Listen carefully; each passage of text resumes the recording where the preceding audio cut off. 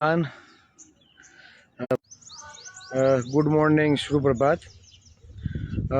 કાલે રાતે વ્યસ્ત કાર્યક્રમના લીધે લાઈવ આવવાનું નથી, પણ આજે સવારના સમયે થોડીક કાલ બાબતે ચર્ચા અમે તમારી સમક્ષ થોડીક કરી લઈએ, જે ખરેખર જાણવા જોગ બાબતો છે। કાલે જે દીકરી ધરતીબેનનું સુસાઇડ છે કે મર્ડર, બરાબર, તે બાબતે પણ આપણે પોલીસ પ્રશાસનને અને આ રાજ્યની સરકારને આપણે જે કહેવાનું હતું તે કહ્યું। ત્યારબાદ દીકરી જે સમાજની છે તેમના જે બેસણું હતું ત્યાં અમે શ્રદ્ધાંજલિ પણ આપવા ગયા। ત્યારબાદ લીંબડી તાલુકાનું દેવપરા ગામમાં અમે ગયા, જે 6000ની વસ્તી કોળી સમાજની, અને ત્યાં ખાલી માત્ર અમે શુભેચ્છા મુલાકાતે ગયા। અને આ શુભેચ્છા મુલાકાતમાં 150 થી 200 જણા અંદાજે એકઠા થયા હતા। અમે રોકાણા માત્ર 20-25 મિનિટ, પણ અમે જે લોકોની ભાવના જોઈ અને તે લોકોનો પહેરવેશ, અમે ત્યાં ગયા એટલે એક વાત ચોક્કસ છે કે જે વાત અમે સમાજ સુધી પહોંચાડવા માટે તત્પર છીએ, પહોંચાડવાનો પ્રયત્ન કરીએ છીએ, તે વાસ્તવિકતા સમાજના ઘર સુધી હજી પહોંચી નથી। આજે હજી પણ કેટલા એવા ગામો છે જ્યાં કોળી સમાજ સૌથી વધારે વસવાટ કરે છે, પણ વાસ્તવિકતા આરક્ષણ, તમારી નોકરીઓ, તમારી બજેટ, બંધારણમાં જે હક અધિકારો આપ્યા છે, સમાનતાની વાત કરી છે, સમાન અવસરની વાત કરી છે, તે બાબતે એક પણ જાતનું નોલેજ આપણા સમાજના છેવાડાના ઘર સુધી નથી। ત્યારબાદ અમે રાત્રે 10:30 વાગે મૂળી તાલુકાનું છેવાડાનું ગામ છે દાધોડિયા, ત્યાં અમે ગયા અને ત્યાં અમે જે પહેરવેશ જોયો, ત્યાંના જે વડીલો હતા તેનો પહેરવેશ, ચોયણી અને જે આપણે છટ કહીએ, બરાબર, ખુલતો, અને અંદર ગંજીમાં વચ્ચે ફાર્યું બાંધેલું હોય, અને બીજી જે મને જે અચરજ લાગ્યું, દરેકના હાથમાં કડું હતું। જેમ માલધારી ભાઈઓ જેમ કડા પહેરે છે, બરાબર, તેમ બધા ભાઈઓના હાથમાં કડા હતા, અને ખંભે લાલ કલર અને બ્લુ કલરની આપણે ઓલી બાંધણી આવે ને તે ટાઈપ, એને શું કહે, લુંગી, એ લોકો લુંગી કહેતા હતા, તે હતું। એટલે એમાં પહેરવેશ મેં પહેલી વખત આ જોયું, હાથમાં કડા અને જે પહેરવેશ છે। એટલે ઘેડ પંથકમાં જઈએ તો ત્યાં પણ પહેરવેશ અલગ છે, તમે ઉના બાજુ જાઓ ત્યાં પણ પહેરવેશ અલગ। એટલે જે વિસ્તાર, અલગ અલગ વિસ્તારમાં તમે જાઓ, અલગ અલગ પ્રાંતમાં જાઓ, એટલે બોલી અને પહેરવેશમાં ઘણો બધો ફેરફાર જોવા મળે છે। અને ખાસ કરીને આ પહેરવેશ જે મોટી ઉંમરના વડીલો હતા, માવતર સમાન, તેનો આ મુખ્ય પહેરવેશ હતો। યુવાનો જે રીતે આપણે નોર્મલ કપડાં પહેરીએ તે જ, અને હાથમાં કડા, એટલે હાથમાં આપણે અત્યાર લગી મનમાં એવું હોય કે માલધારી સમાજના જે આપણા ભાઈઓ છે તે જ હાથમાં કડા પહેરે છે, પણ નહીં। તમે આ સુરેન્દ્રનગર ને થાન બાજુ, મૂળી બાજુનો જે વિસ્તાર હતો, ત્યાં બધા યુવાનો હોય કે વડીલો હોય, બધાના હાથમાં કડા હતા ચાંદીના, બરાબર।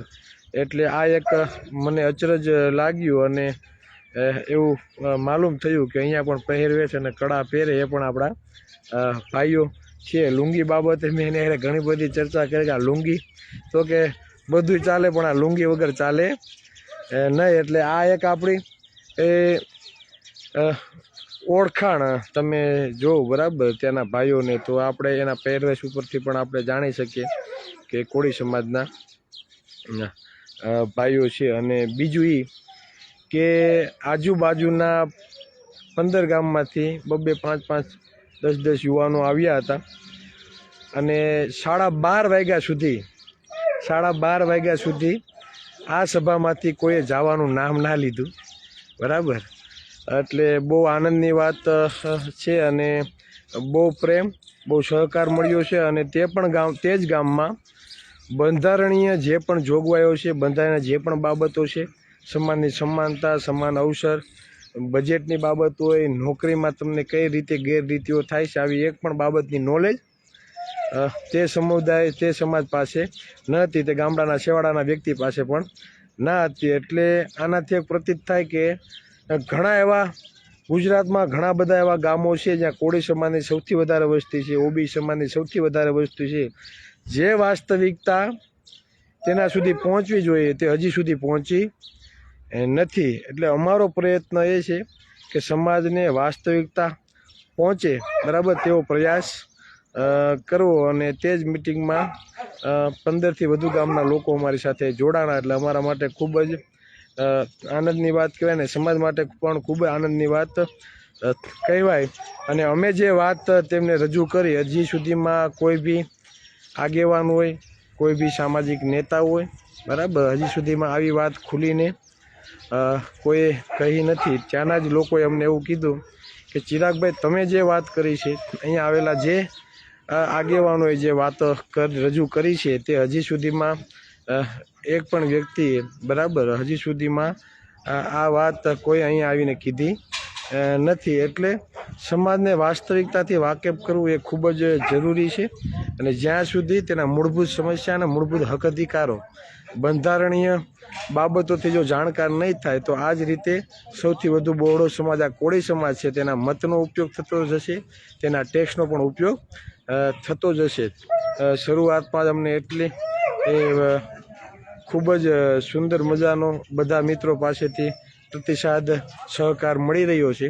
અને હવે અમે જઈશું લીંબડીમાં મિટિંગ છે ત્યાં, અને ત્યાંથી અમે જઈશું બરવાડ, અને સાંજે અમે ભાવનગર બાજુ પ્રયાણ કરશું. બસ વધારે વાત નહીં કહેતા. આજે મને લાગ્યું કે તે બાબતે મારે થોડીક ચર્ચા કરવી જોઈએ, કેમ કે અમારા માટે એ વિસ્તાર છે જ નવો હતો. બધા લોકો ઓળખતા હતા, પણ અમે પહેલી વખત આ મૂળી તાલુકાના છેવાડા ગામ સુધી અમે પહોંચ્યા છીએ. એટલે જે બાબત મને કંઈ જે લાગ્યું છે તે તમારી સામે મૂકવાનો મેં પ્રયત્ન કર્યો છે. બસ આ જ રીતે બધા સપોર્ટ આપતા રહો, બરાબર. જે જાતિવાદી લોકો છે, જે દુશ્મનો છે, આપણા હક અધિકારો છીનવી રહ્યા છે, આપણી નોકરીઓ છીનવી રહ્યા છે, આપણે વધુમાં વધુ પછાત રાખવાનો જે ષડયંત્ર, જે પ્રયાસો થઈ રહ્યા છે, તેને ડામવા માટે આપણી એકતા ખૂબ જ જરૂરી છે. આ કોઈ એના વિરોધમાં નહીં, બરાબર. આપણા સમાજના એક પણ આગેવાન આપણા વિરોધ નથી, આપણા દુશ્મન નથી, બરાબર.